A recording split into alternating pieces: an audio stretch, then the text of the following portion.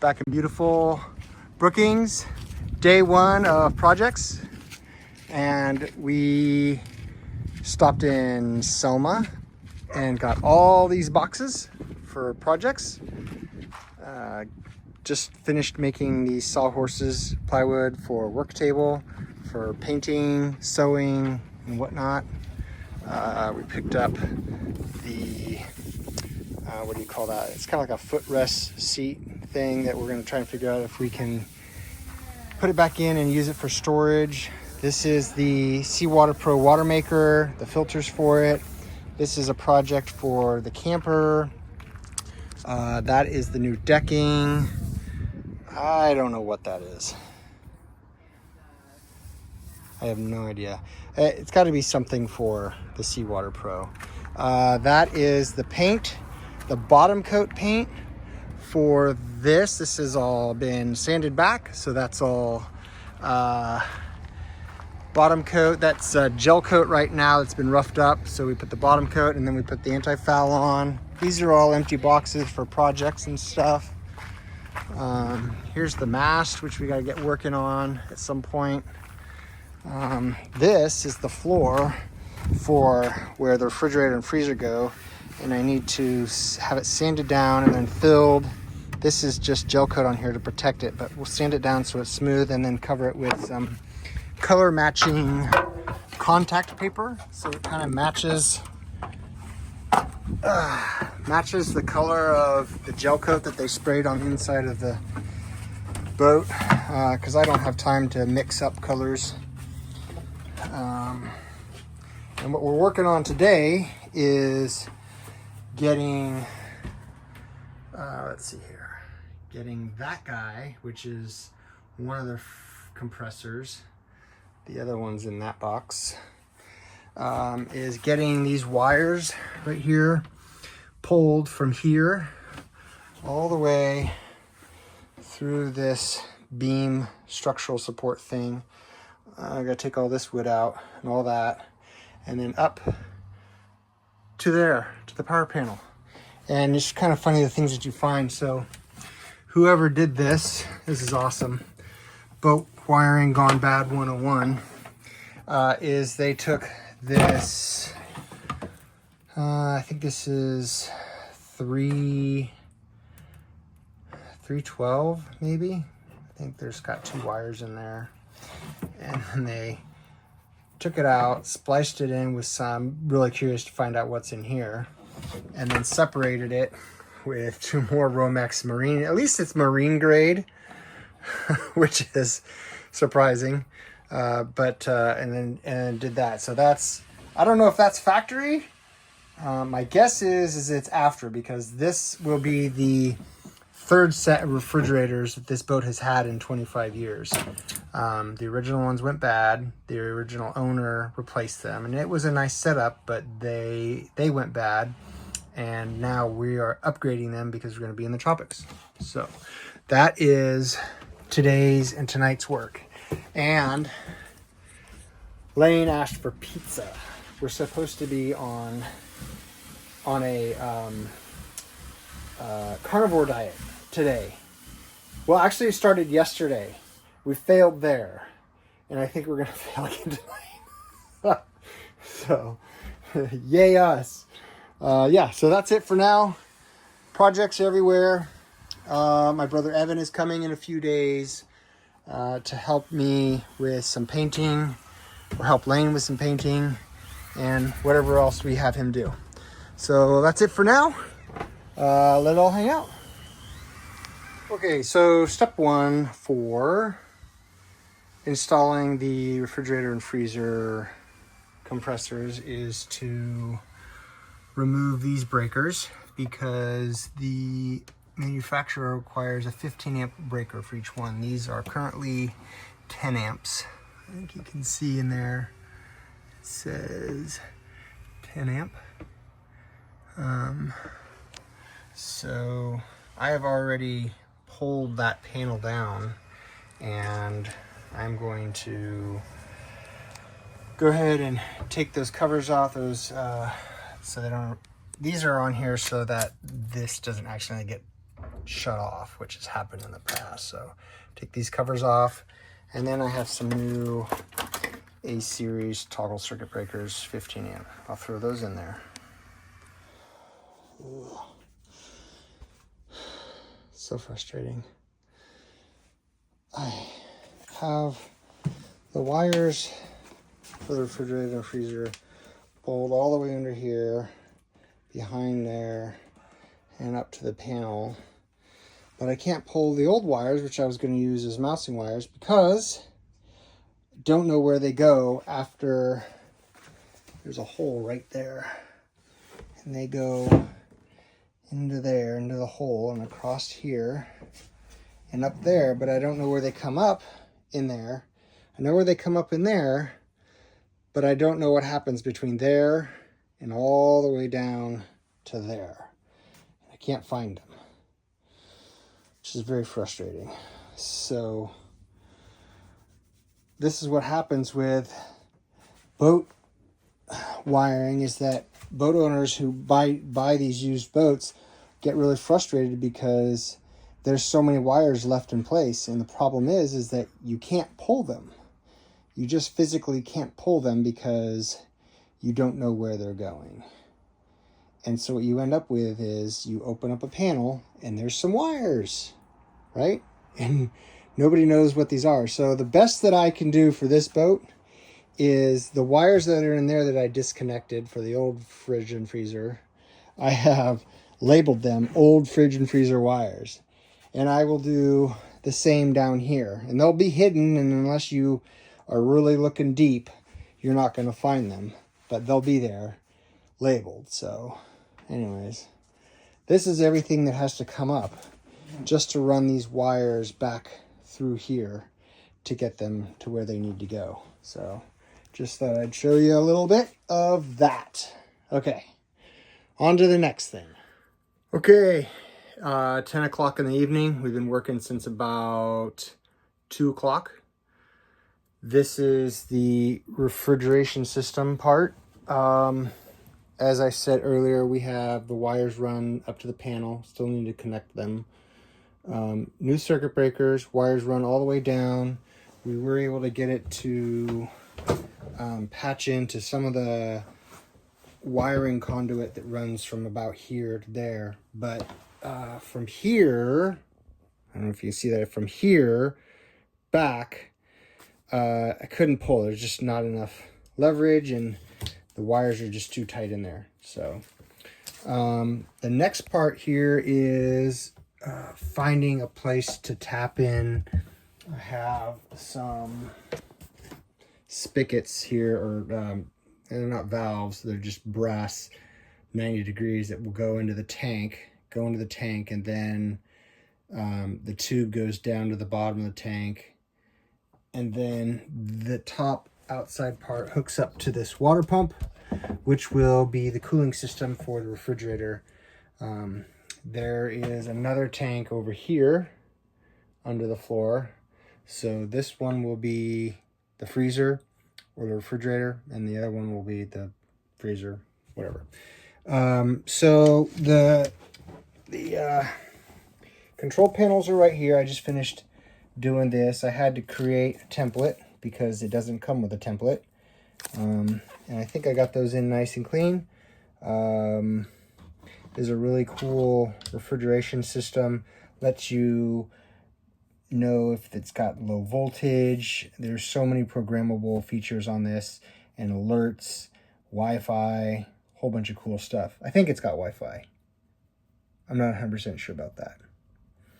But I've got that connected. So the next thing is to get those little spigots for the pumps in down there, and then we'll put the flooring back in and start connecting some wires and get the cold plates in tomorrow. We're going to start with this guy over here, which is the refrigerator.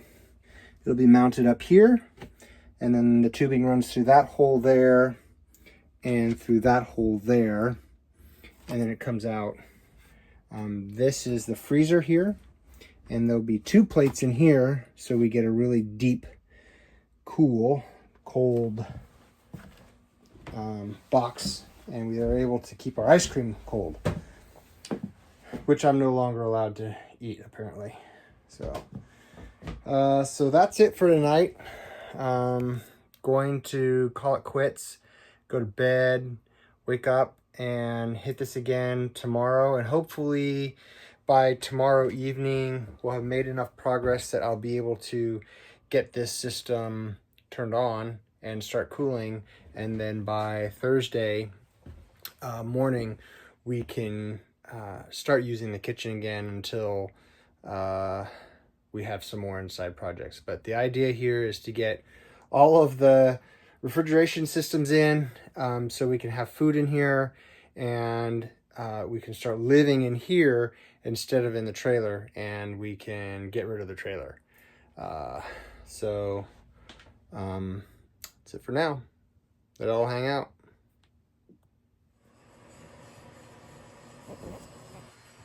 Okay, so next morning, we're about 8:30. I have started back up on the refrigerator project, and here's where we're at. I ended up trying to take the sensors out because I thought there'd be enough room to get my hand in there and maybe get the nut on the back of this, but that didn't work out because the hole's too small. So we just ended up drilling a smaller hole than the threads, and we'll put some silicone in here and thread this in here, and then it'll all be sealed up. And then there's a drop tube also in there. But in taking these out, this is how you give a, if you give a mouse a cookie. I saw there's a bunch of debris down in there, and we've bleached these tanks a couple of times just to make sure that the water system was clean, as far as microbial stuff goes, but never actually been able to inspect these tanks because they're so hidden. So I noticed there's some debris down there, and I don't want this pump right here to suck that stuff up. So I considered putting a filter on the end of the suction line, and then I thought, well, that's just going to get clogged up, and there's no way to access this really. It's pretty limited back here once I put the floorboard in. So I got some tubing here and hooked it up to my wet dry vac and poured a little bit of water down in there and flushed all the debris to the bottom of the tank and sucked it out. So got it all out really good. And then I had to do the same thing over here. And if you give a mouse a cookie, I realized that I wasn't sure if the markings on this water tank indicator correspond to the correct tanks on the boat. But I have verified that right there, W2 is this tank in here, as it should be, and W3 right there is this tank, as it should be, which is on the port side. Unfortunately, this sending unit only measures high for some reason. So let's see here. Yeah, so you can see it's measuring high, but when I go all the way down to the bottom, it doesn't. It only goes to 3/4 half. So I'm gonna have to replace that one. This one, fortunately, works very well, as it should. So waiting for Lane to get back with some silicone so I can thread those in, and then we can put these boards back in and start connecting, or start installing and connecting the rest of the refrigeration system. So that's it for now. Until the next video, let it all hang out. Okay, so the job just got a little bit more involved. Realized when I took this board out that in order to get it out, the original one, I had to cut it. And there's a support lip here. You see that support lip? Well, the distance from here to the back of that wall does not allow me to angle this because I have a long extension in here. And there's just no way to get it underneath this floorboard to support it. So we have to take out this base and this floorboard in order to put that one in and then put all this back. So right now I'm working on taking the table and the floorboard out. Okay, how's my hair look? Does it look okay? All right. We did not have to fully take this floor out. I did take this out, but we were able to wedge that up just enough to give us room to, like, how do you say, convince it to go into place. So now we have the water pump line plumbed in, the tank has been cleaned, the sensor has been checked, and then we have the other line from the other tank right here plumbed in. And then the two wires for the hot and the ground for each compressor. And then last night I installed that, which is the control interface for each compressor. And then all of the substructure and the seat structure has been put back and screwed back together. So now we're at the point where we need to put in the first cold plate. So I will bring that out here so you can see what that looks like. Mind the mess. We're in construction phase. So this is, sorry about the camera angles.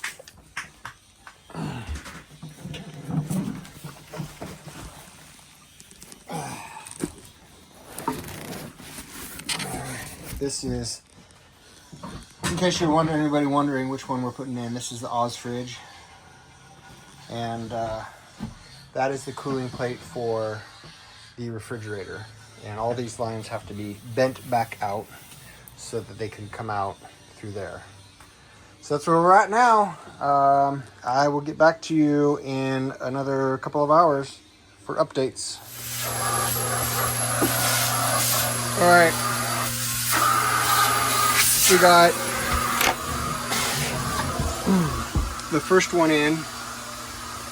Hopefully we didn't bend the tubing too bad, but that's secure. We still have to put in the bottom shelf, and then we're considering making a new top shelf that has holes so ventilation and cold air can move, because the old shelf, which is actually the original cold plate,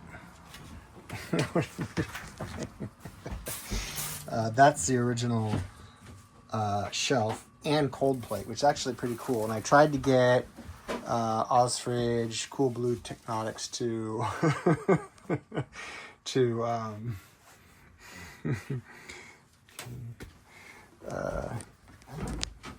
to custom make that shelf for me so that it would just swap in really easy, but they didn't want to do it, even though they said that they do custom jobs.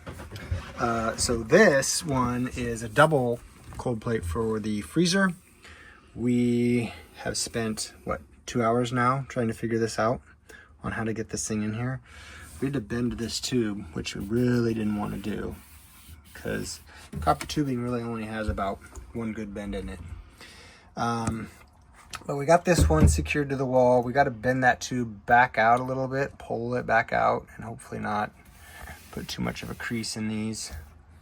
And then this one has to be secured. We put the fluid in here. You can see this little cap here is basically radiator fluid, antifreeze. In the freezer, it goes in at 25 to 75% water, 25% glycol. So got that in. and we have them pulled out here where Lane's standing. So the next step is to secure this one over there, and then we'll get back to you.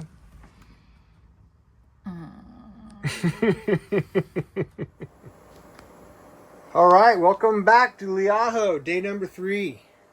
Hello. We have all of the refrigeration and freezer stuff finished and running. I will give you guys an overview of what has gone on here. I made the connections here behind the panel. We have the refrigerator and the freezer on. Power to the units and running. This is the refrigerator. This is the freezer. And then we've got them labeled in here. We have the water pumps on the back here, right there, and right there are running and circulating. And in addition to that, the fans here are running. We've got this open because this whole system takes probably 8 to 10 hours, possibly more depending on outside humidity and temperature, to get these cold plates down and frozen. So in here we have the refrigerator, and you can see it's starting to get that solution in there cold. These are basically filled up with, this one is refrigerators filled up with 90% water, 10% antifreeze. And the freezer is filled up with 75% water, 25% antifreeze. These two cold plates, I just got off the phone with Rich, who owns the company that I bought these through. I was a little worried that this cold plate over here is not getting cold, but he said it's normal for one plate is supposed to freeze first, and then the second plate freezes. So it's working like it should, and I'm excited about that. I ended up forgetting to plumb in the second line, which was the return line. So we have the supply to the pump, and then this is the return line. And then on the back side of this other water tank, we have the supply, and then I don't know if you can see, that's the return line. And everything is working as it should right now. Really excited with how this turned out. It was not an easy project, but now that that's done, I have the rest of the day to go work on another project, which is getting the mast taken apart and figuring out what additional pieces and parts we need to order to get that put back together. And in the meantime, my brother Evan showed up to help us out. Huge shout out to him. They are working on, I don't know if you can see this or not, but they are down here. I don't know if you see that or not, but they're working on sanding the remaining under part of the hole, which is the anti-foul and the bottom coat up at the water line, so that we can start prepping and filling and fairing the bottom of the boat for all of the painting that we have to do. So Lane is over here in charge of this project. What are you doing? I am mixing epoxy filler to fill holes in the exposed fiber or gel coat? Yeah. Cool. Oh, do you want me to do it on that part that I exposed too? Let's see. Yeah. Lane got a little aggressive here. Where is it? Yeah, she got a little excited when I said go sand.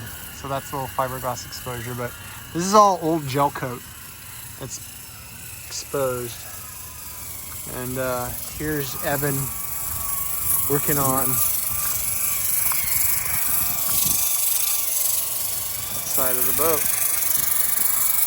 And the dogs are chilling. All right, that's it for now.